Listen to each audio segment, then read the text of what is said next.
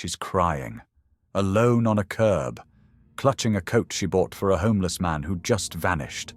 3 days of searching, no answers, no goodbye, just gone. Then a car pulls up.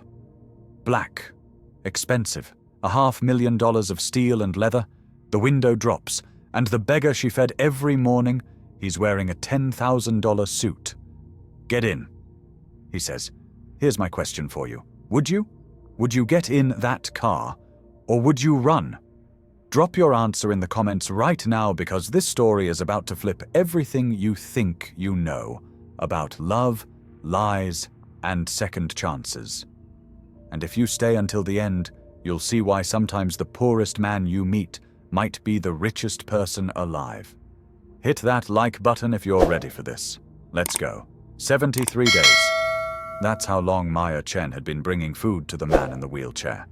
73 mornings before her economics class at Westbridge University. 73 cups of coffee she couldn't afford.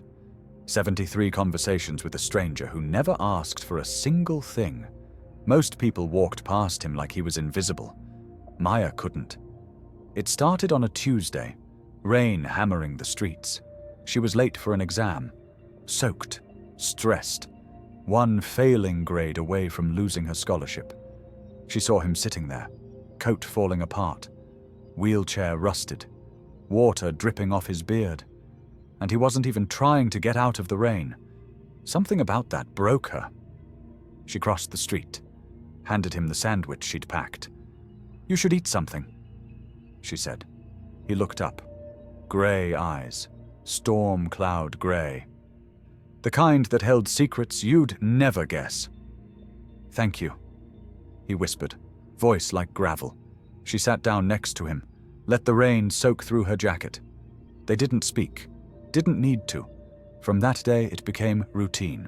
Every morning, coffee, a muffin, sometimes just silence.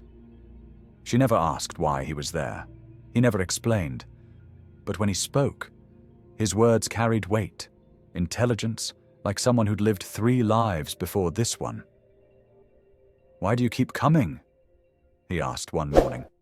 "Because everyone else walks past." He studied her. "That makes you either incredibly kind or dangerously naive." She smiled. "Can't it be both?" The corner of his mouth lifted, barely, like smiling hurt. Her roommate thought she was insane. "Maya, you don't even know his name." "I call him Nate." "That's not the same thing." But Maya didn't care. There was something about him, something that felt safe in a world that rarely did. She didn't know she was falling in love with a lie. Winter hit hard that year. Maya started bringing thicker blankets, warmer food. She saved every penny from her library job to buy him a real winter coat. 2 weeks before Christmas, she had it wrapped and ready. She arrived at the bus stop that morning, excited to see his face light up. The corner was empty. No wheelchair, no man, nothing. Her heart stopped. She asked the coffee shop owner. "The guy who sits here, have you seen him?" The woman shrugged. "Gone for days, probably moved on." Moved on, like he was trash that blew away. Maya searched everywhere, every shelter, every hospital, every street corner in a 5-mile radius. Nothing.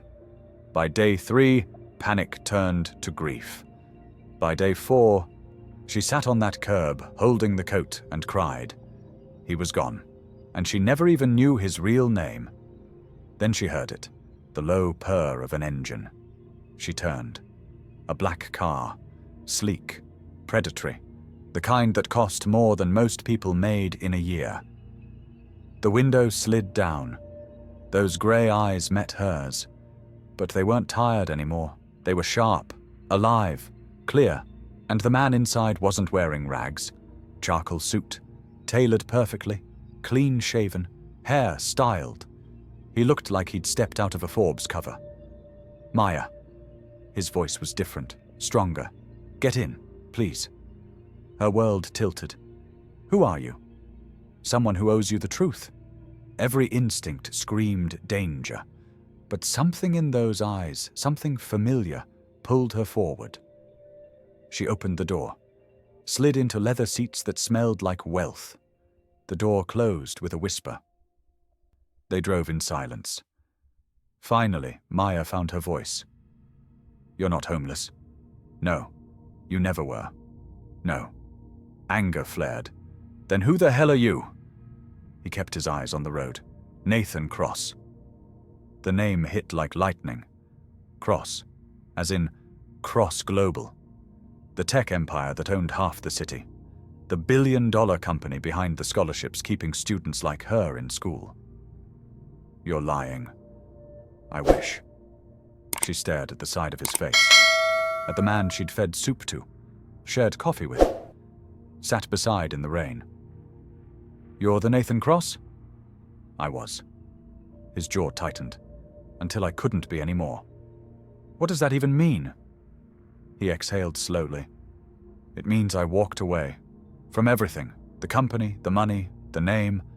I needed to know who I was when I had nothing. When nobody wanted anything from me." She remembered the way people passed him every day, eyes sliding away, pretending he didn't exist. "And?" Her voice shook. "And you were the only person who saw me." The words hung between them, heavy, true, terrifying. "Where are we going?" "To my house. I want you to see what I left behind, before you decide what happens next." The gate appeared like something from a dream. Massive iron. It opened silently. Beyond it stretched a mansion, glass and stone and impossible wealth. Fountains, gardens, the kind of money that didn't shout, it whispered. Maya couldn't breathe. The car stopped. Nathan got out, opened her door.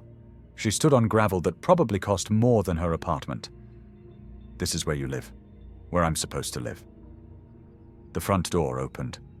A woman appeared, 30s. Designer everything, hair like black silk, eyes like ice. "So you finally brought her?" Her voice was smooth venom. "The little charity project." Nathan's face hardened. "Maya, meet Olivia Cross, my sister." Sister. The word should have been warm. It sounded like a threat. Olivia's gaze swept over Maya, dissecting her. "Let me guess. Broke student, working 2 jobs, dreams of escaping poverty through a degree." She smiled. "How predictable." "Olivia, stop." "No." Olivia descended the steps, each click of her heels deliberate. "Let's be honest. You think you know my brother because you gave him soup? You know nothing." Maya's voice was steady despite her hammering heart. "Maybe, but I know he's more than this mansion." Olivia laughed, sharp, cold. "Oh, sweetheart, this is what he is. Everything else was theater." "Enough." Nathan stepped between them, but Olivia wasn't done. "Did he tell you why he ran away? Did he mention the accident?" Maya's blood froze. "What accident?" Nathan's face went white. Olivia smiled. "Of course he didn't. Why ruin the fairy tale?" "Olivia, don't. 3 years ago, one of our construction sites collapsed. 2 workers died. The company buried it, paid off families, protected the Cross name." She turned to Nathan. "But you couldn't live with it, could you? So you disappeared, played beggar, convinced yourself you were finding redemption in poverty." The world spun. Maya looked at Nathan. "Is it true?" His voice broke. "The foundation failed. I approved the plans. I didn't know it was faulty, but it was my signature. My responsibility. He sat in that wheelchair every single day." Olivia continued. "Right across from the site where those men died. Watching. Punishing himself. And you?" She looked at Maya. "You were his therapy. His feel-good redemption project. Nothing more." Each word was a knife. "That's not true," Nathan said desperately. "Maya, that's not—" But she was already backing away. Don't tell me what's true." She turned, started walking toward the gate. Nathan followed.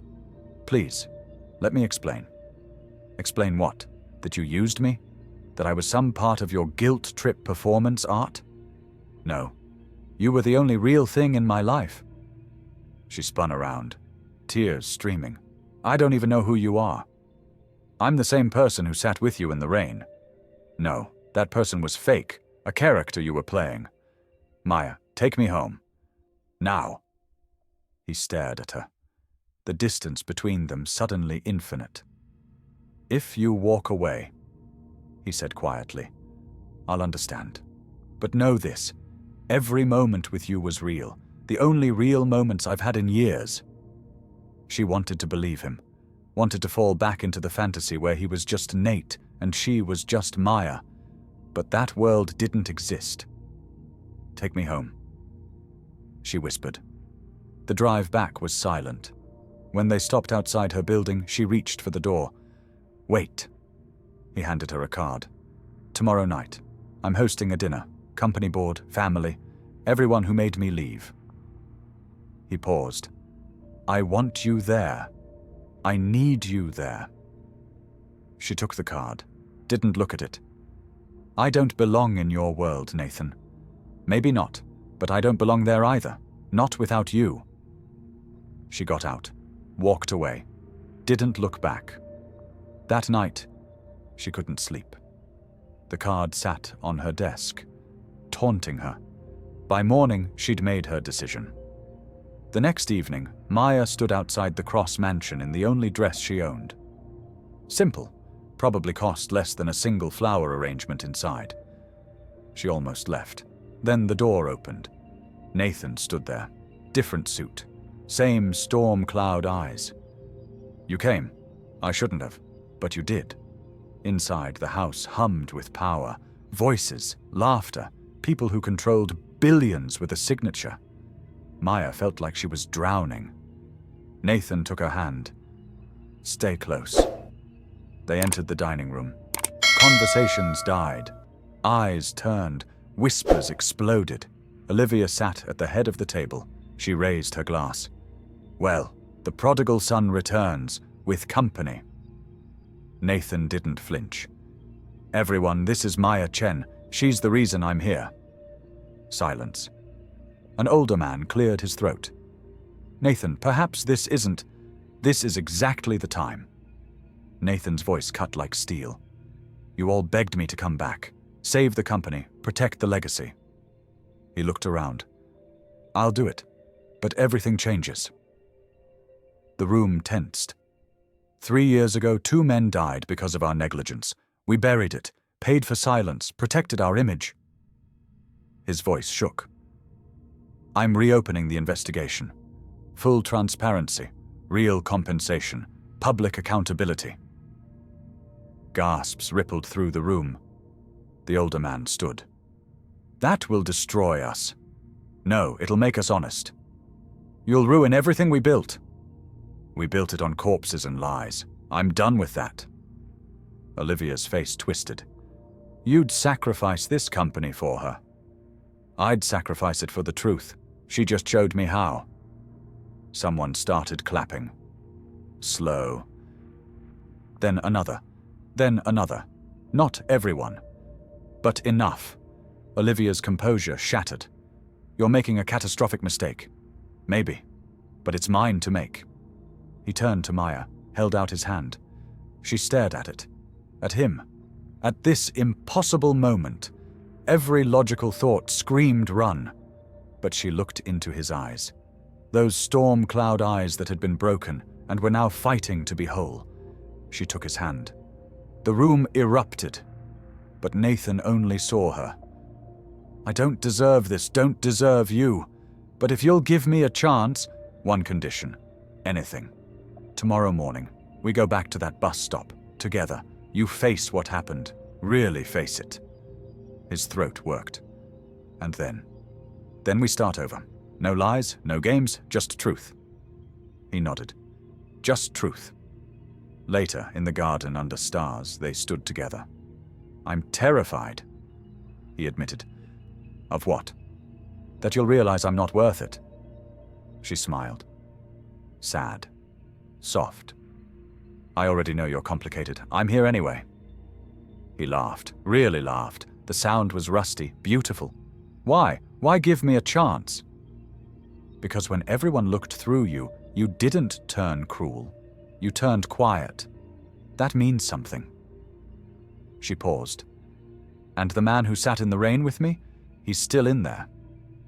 What if I can't be both? The beggar and the billionaire? Then don't be. Be someone new, someone real. He pulled her close. I don't know how. Neither do I. We'll figure it out. The next morning, they returned to the bus stop, together. Maya brought coffee. Nathan brought flowers. They placed them where he used to sit. A memorial. A promise. People passed. Some stared. Most didn't notice. But Maya and Nathan sat on that curb like they had months ago, except now the pretending was over. What now? She asked. Now we build something real. No shortcuts. Sounds hard. Probably impossible. She smiled. Good. I like impossible. In the Cross mansion, Olivia watched from a window, her expression cold, calculating. But on that cracked sidewalk where everything began, Maya and Nathan didn't care. They'd found something rarer than money, rarer than redemption. They'd found each other. Completely, honestly, and sometimes that's everything. So here's my question again. Would you have gotten in that car? Would you have given him a second chance? Drop your answer below. And if this story hit you in the chest, smash that like button. Subscribe for more stories that prove the best things in life can't be bought. Turn on notifications. You won't want to miss what's coming next. Remember, sometimes the richest person you meet is the one with nothing left to lose. Thanks for watching. See you in the next one.